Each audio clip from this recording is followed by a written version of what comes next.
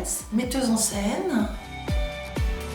Un spectacle qui s'appelle Herculine Barbin, archéologie d'une révolution. Un spectacle basé sur les souvenirs, le récit de la vie d'une femme qui s'appelait Herculine, Alexina, qui avait plein de prénoms, et qui a écrit son histoire.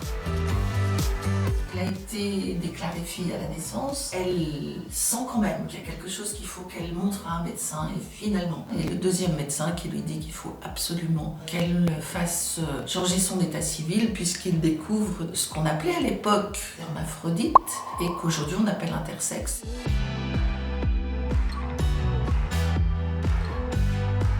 Je trouve que la préface de Michel Foucault, qui est géniale et qui recoupe complètement, j'allais dire, mon désir de monter ça, c'est « A-t-on vraiment besoin d'un vrai sexe ?»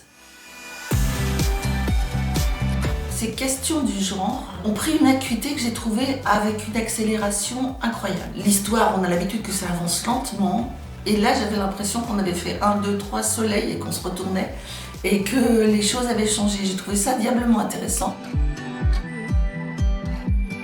J'ai travaillé un peu avec Paul Preciado et on a travaillé très librement. Et il me disait, tu es obligé pour que ça ait du sens, pour que les gens puissent s'identifier de manière libre. C'est important que ce soit quelqu'un qui ne revendique une non-binarité, justement. Et je pense qu'il avait complètement raison, ô combien.